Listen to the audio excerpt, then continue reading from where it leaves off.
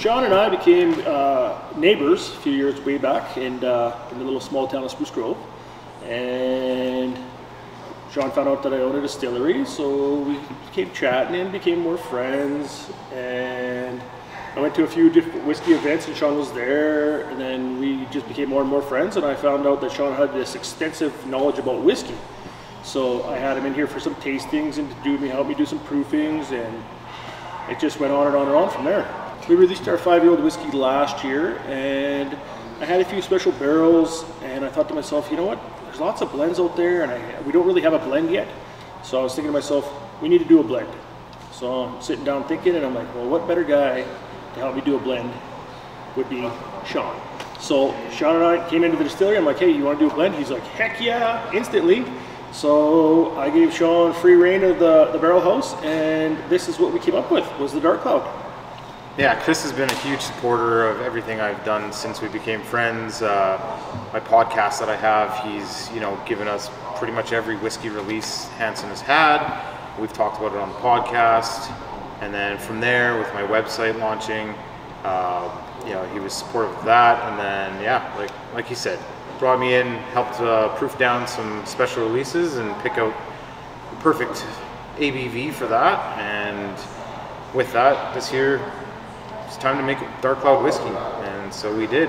Came in bright and early one day, and like you said, pulled some samples out of a bunch of barrels, proofed it down, played with the ratios a bit, a little bit more of this, a little bit less of that, and the final product is what you see in front of you. And I couldn't be more proud to have my name and my actual name and my nickname on the bottle itself. And doing it with Chris was a no-brainer.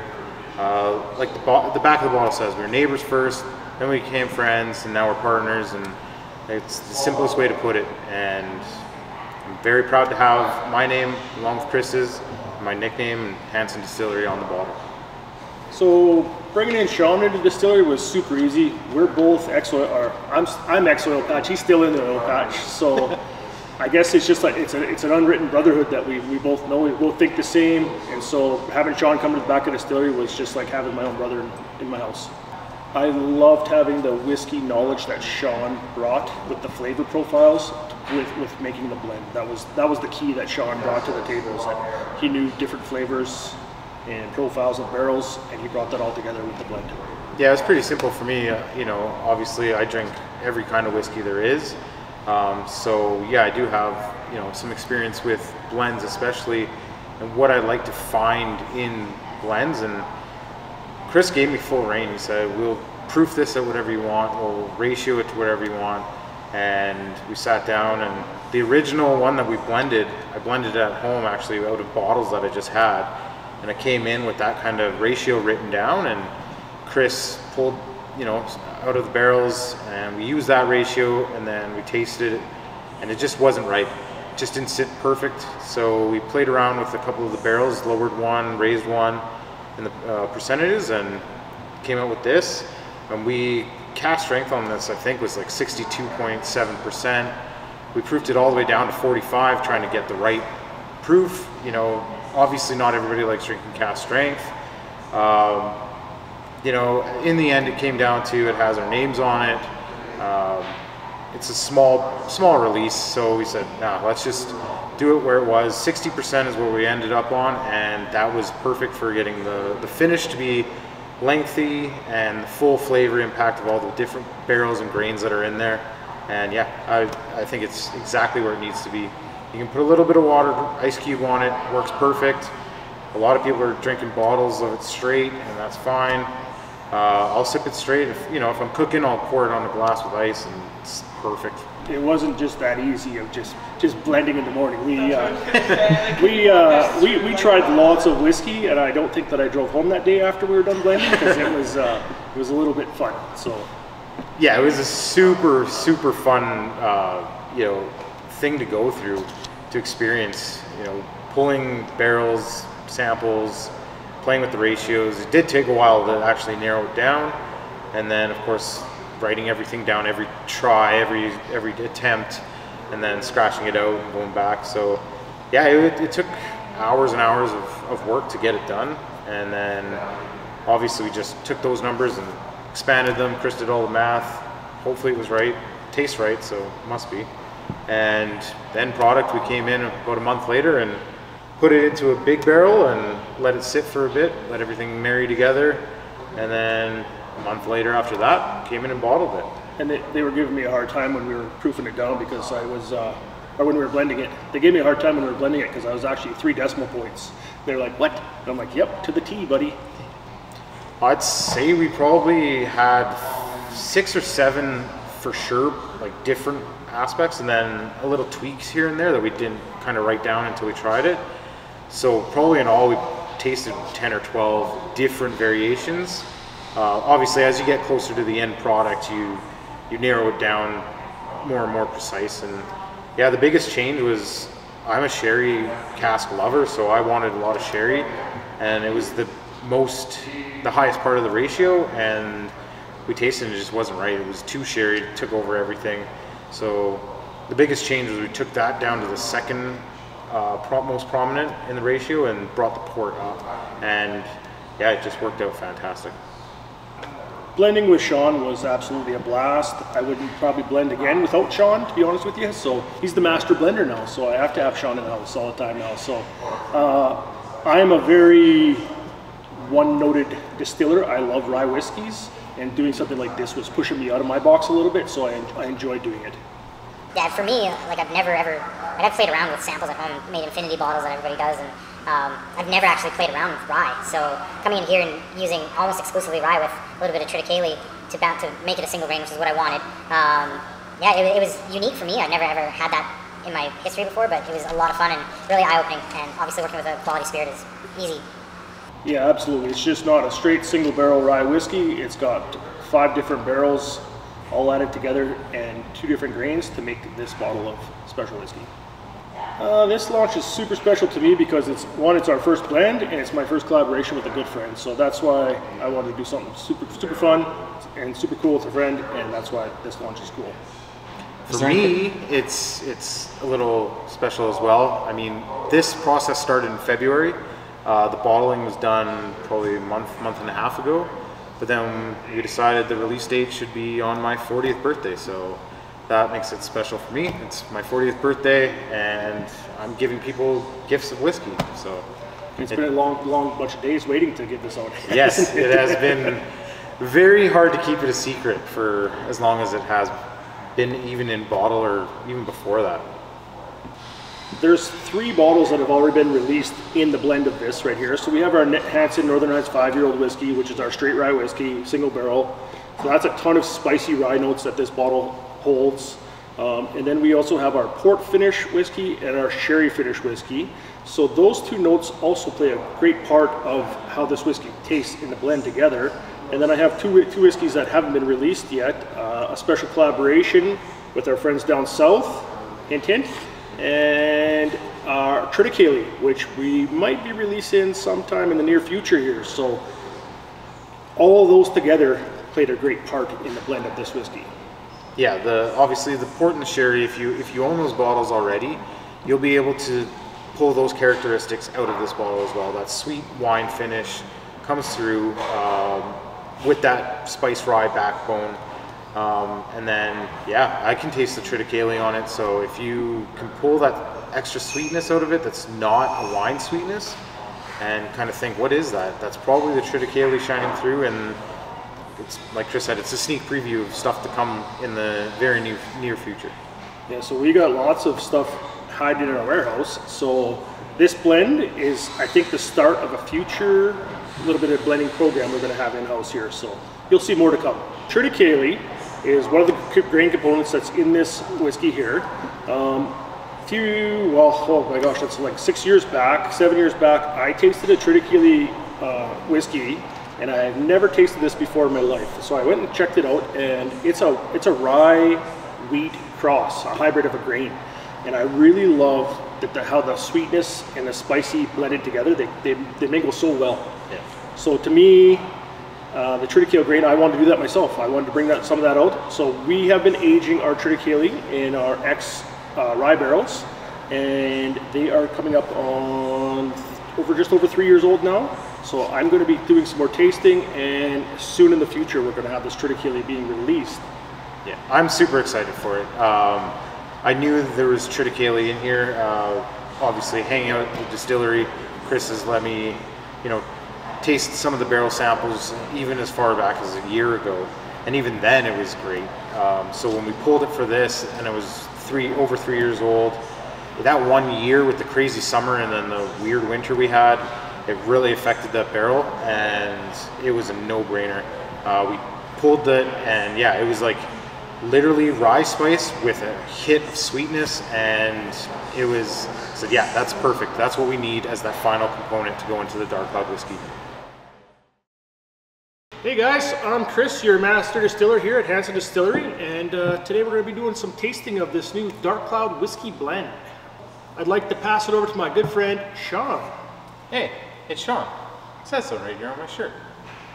So yeah, obviously this is our collaboration that Chris and I did. It's the first blended whiskey from Hanson. We're going to crack it open and do some tasting. And with us today, you may have seen him around the distillery, but this is Darren. Hi guys, some of you may have seen me around. I do some marketing work for Hanson's. A good friend of mine here, Chris. And you might have read some of my tasting notes and other glorious bottles as our 5-year and our sherry cask. Heck yeah. Okay. Cracker open. All right, boys. Let's try it. We know what it tastes like already. I don't. Never had it before. I haven't finished 2 bottles already. Big drams? Yes, always. I'm speechless right now Why? because I'm excited. You're excited? All right, boys. Here it is, the Dark Cloud. First blend. Let's have a nose.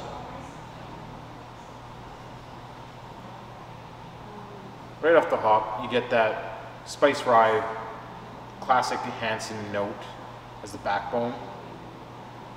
That sweetness is sneaking up behind it though. That's right there. That triticale sweetness. It's got such a beautiful nose coming up behind. I'm loving this triticale. Yeah, like it's crazy that it's such a small portion of the blend, but it shines through still. And then obviously the color shows, and the dark red fruit notes that come from the wine casks, the sherry and the port casks, they definitely make themselves present. You know, I'm getting the classic Hanson notes from the rye whiskey. Is that barrel char, that vanilla. You know, even though there's a lot of port and sherry notes going on the nose, it still has that classic Hanson rye. It got a real beautiful nose to it, doesn't it? Yeah.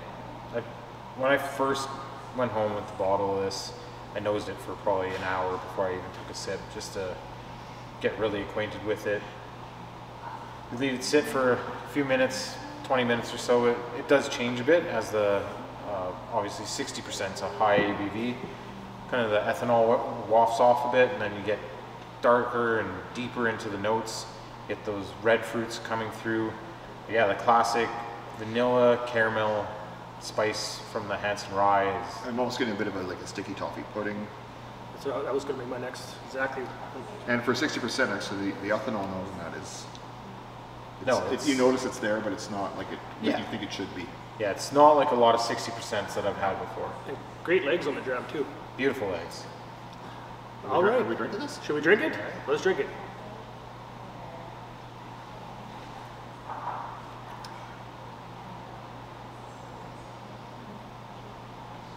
Yeah, it's classic rye notes, but not a classic rye whiskey, if that makes any sense.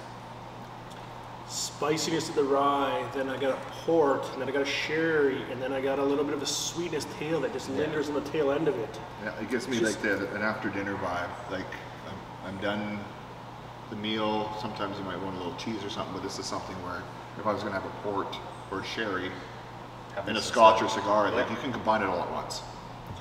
I really think that we've come up with a complex whiskey here compared to just our big bold rye notes. Yeah, I think this is just so complex. I'm just loving the way the flavor is of this. Yeah, it's almost like a cinnamon, those 5-cent cinnamon candies that we had as kids, where you get the sweetness from the candy part, but that cinnamon shines through. And then baking spices from the rye. And still, it keeps coming back to that dark fruit, like plums and prunes and raisins. You know, it's got, again, Sean, you did a really great job with the fact that you've added all this complexity, but that rye is still there. Yeah. Like, it's like, I know what that is, but I've got all these other things going on. It would have been weird if we released a whiskey that didn't taste like Hansen. Touche. I really pick it up on like a Macintosh toffee.